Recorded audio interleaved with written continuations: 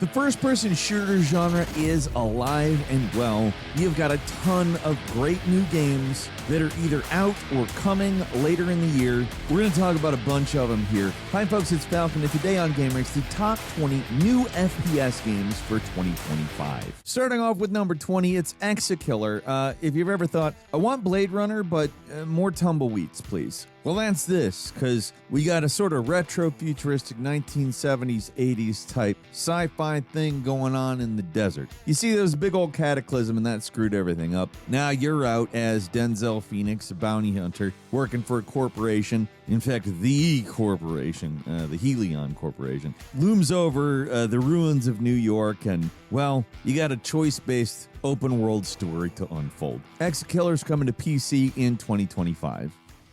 At number 19, it is Painkiller, another kind of killer. It's actually a reimagining of the cult classic 2004 FPS. You basically got to blast your way through purgatory with up to 3 friends. You use tarot cards to enhance your abilities. Basically, the whole goal is you want a chance at redemption, get out of purgatory, but in order to get it, you have to defeat Azazel, who's a fallen angel, and he wants to unleash his demonic armies onto Earth. Painkiller is coming to PC, PS5, and Xbox Series this fall.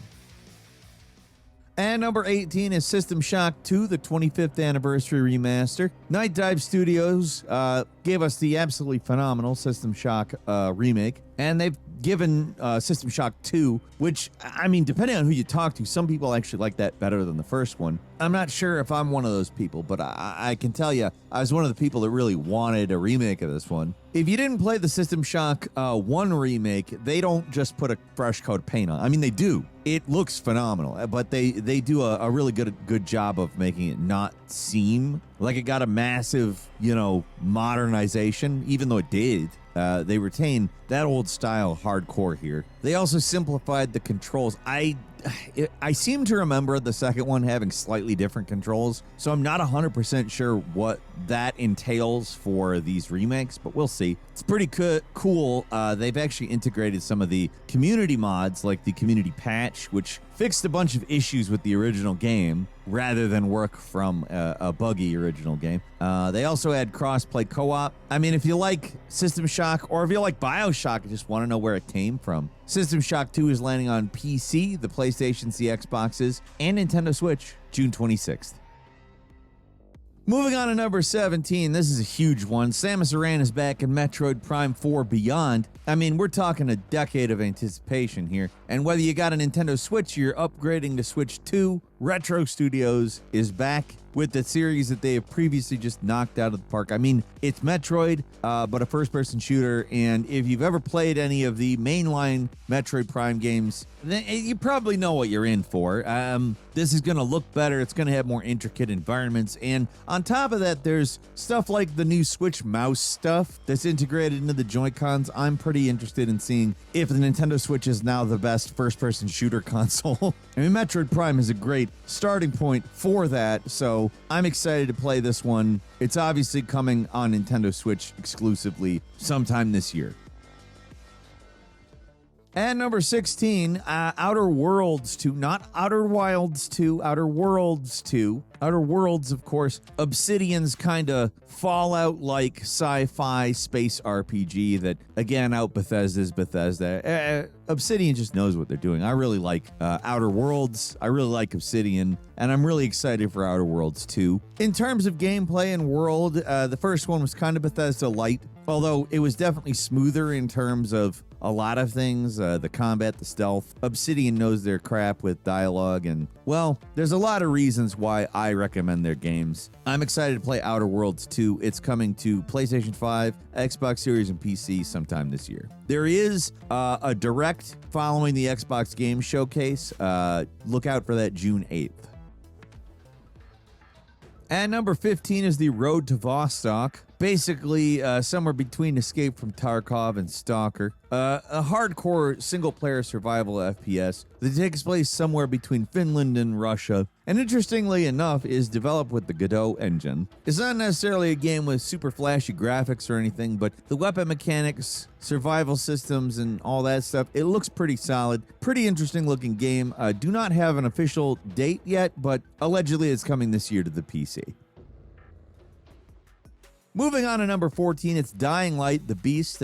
Just when you thought Kyle Crane had taken his final rooftop dive, Techland has pulled a fast one and resurrected him. So this was actually conceived of a DLC for Dying Light 2, but it was spun off in its own adventure because it's kind of like Sonic Unleashed for Kyle Crane. So you got the normal parkour stuff, but also Crane has these beast powers, courtesy of the experiments that they've been doing on him. And that gives you superhuman strength. You can pummel enemies, throw environmental stuff like a deranged Hulk. And also there's 4-player co-op. It sounds like a pretty cool game. Dying Light 1 and 2, both good games. Arguably 1 is better, and this is the guy. Dying Light the Beast is coming this summer for PC, the PlayStations, the Xboxes, and I'll be playing it.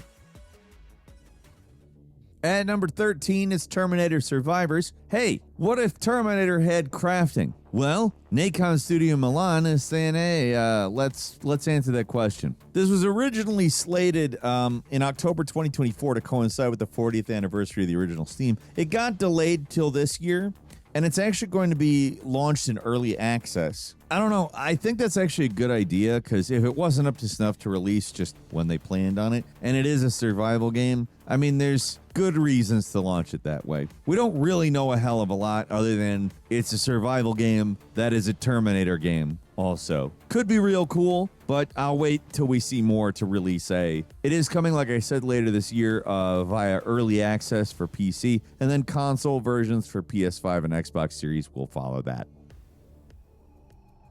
Moving on to number 12, it's Clockwork Revolution. Basically, if BioShock Infinite and Arcanium had a time-bending baby, I guess. It's a first-person action RPG in a steampunk metropolis where you get to travel into the past, and that alters the present. Like I said, it very much looks like a BioShock Infinite style game. You got guns, you got powers, you got a city, you got a man. Actually, you don't. Pretty sure you're a lady in this one. And you're fighting a lady too, so I don't know, it looks cool. I think this is actually one I've been anticipating for a while. I kind of hope the hype cycle cranks up a bit for it though. When it was first announced, it was, I don't know, received real well, and it kind of just has been a little quiet. We don't have a release date, but it's allegedly coming this year on PC and Xbox Series. And number 11 is Out of Action. Basically a brutal cyberpunk universe with Max Payne style bullet time. At least that's what it looks like to me. Now see, this is fully a PvP, like it's a multiplayer game, and it does look very cool. It was one of those ones where people were making videos about how cool it looked, and sometimes those games, don't happen, so I'm really happy to see this actually getting near release. We don't have an exact date, but allegedly it is coming this. I mean, I'm saying that word a lot here, but allegedly it's coming this year. And number 10, it's Hunger. Basically Escape from Tarkov with more plague and more melee combat. Far more 19th century. Good Fun Corporation brings us a PvPvE extraction RPG with zombies. Like, honestly, I say this every time I talk about it. Extraction's kind of becoming a bad word, but this is one that is just, it looks super cool to me. It has since the start, and it's basically a medieval zombie game that I'm super interested in. I think it looks really cool. It's going to launch in early access sometime later this year on PC.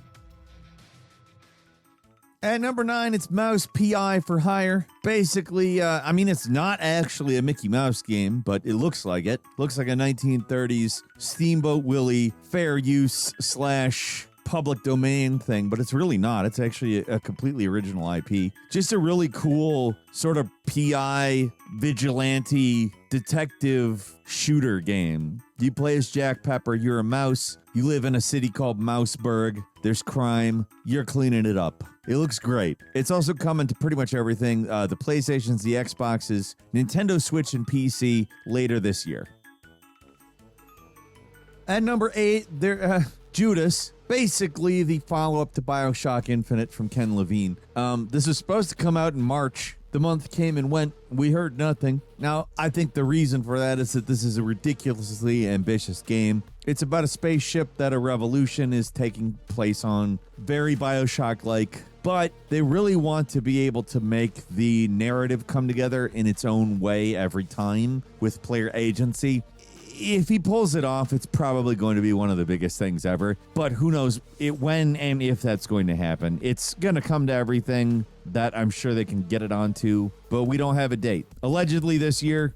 This one probably a little bit more allegedly than any other one on this list that I've said that word for. Just saying. And number 7 is Unrecord, that viral game with the body cam that just looks real. It's a single-player FPS that puts you in the role of a tactical officer being developed by a French indie studio called Drama. It's really an impressive-looking game. They're promising it's not just going to be impressive looking, though. They're saying it's going to be narratively good. The shooting's going to be good. We'll see, obviously. They're claiming that they're going to release it after it's polished and works really well. So while there is a potential 2025 launch, I think it's as likely to come out after this year as it is this year, but we don't know. These people don't say shit about when their games are coming out anymore. It's crazy. It looks great, though. Like, in all seriousness, this is going to be a banger. Moving on to number 6, it's Marathon. Now, I can't tell you whether Marathon's going to be good or not. I will also not lie to you and say that I am super optimistic about this one, but that doesn't mean it's not going to be one of the biggest games of the year. Whether or not that translates to sales or just a lot of engagement on social media, we'll see. I mean, last year, Concord was definitely a big topic of discussion. Big game, wasn't good, didn't sell well. But yeah, Marathon's cross-platform, sci-fi FPS, multiplayer PvP combat, loot extraction shooter. Honestly, I'll be really impressed if this is good. It just seems like there's no reason for it to exist. But whether it is or isn't good, obviously I want it to be, but whether it is or isn't, we're going to talk about it. Oh my God, are we going to talk about it when it comes out? This one actually does have a release date. It's coming to PC, PS5, and Xbox Series September 23rd.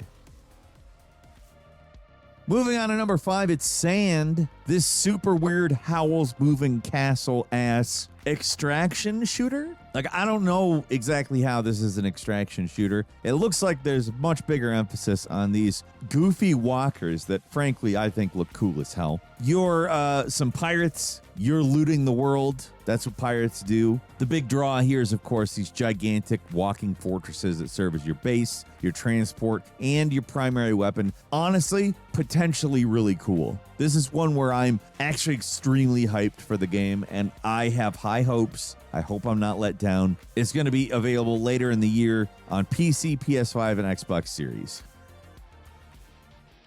And number 4, it's Killing Floor 3. This one's set 70 years after Killing Floor 2, and, well, stuff has gotten much worse. You're a member of a rebel group. You team up with 5 other players, and you mow down Zeds, which is their zombies. They're sort of cyberpunk zombies. They're more cyberpunk this time around because it's further in the future and everything's crazier. This one was going to come out back in March. It got delayed based on player feedback, which honestly, that's a better reason to delay than a lot of the delays that happen. They did an alpha, and they are apparently addressing a lot of stuff that people thought. There's a lot more vertical level design in this game. That's something to me that I think is cool. I like vertical level design. I think it really lends itself to faster first-person shooters also. I don't know. I'm excited for more Killing Floor. It's coming to PC, PS5, and Xbox Series on July 24th.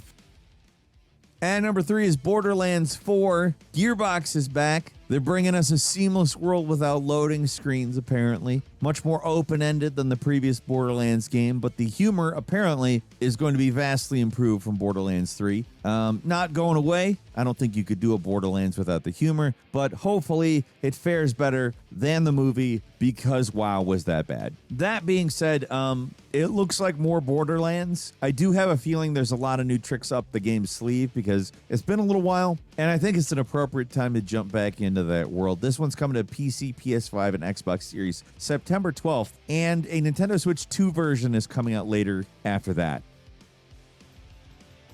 Moving on to number 2, it is Ferocious. Basically, if Far Cry and Turok were mixed up into a soup. This one's a survival FPS.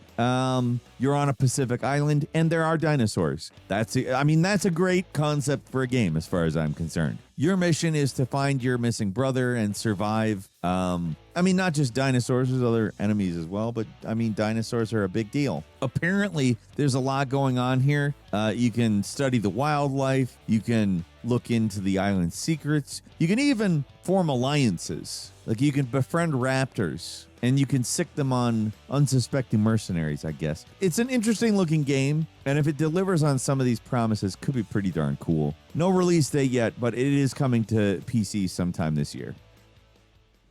And finally, at number 1, it's Doom: The Dark Ages. This one's already out. You can play it right now if you want to, assuming you own it. Well, own a license. So I really enjoy the hell out of this. I'm not going to lie and tell you I think it's the best of the 3 of the new Dooms, but I also didn't need it to be. I think in some areas, this one really brings some cool stuff to the table. The shield is just super cool. And also the sort of deep dive into the series lore. It's interesting. It's certainly a game that I have enjoyed as I've played it.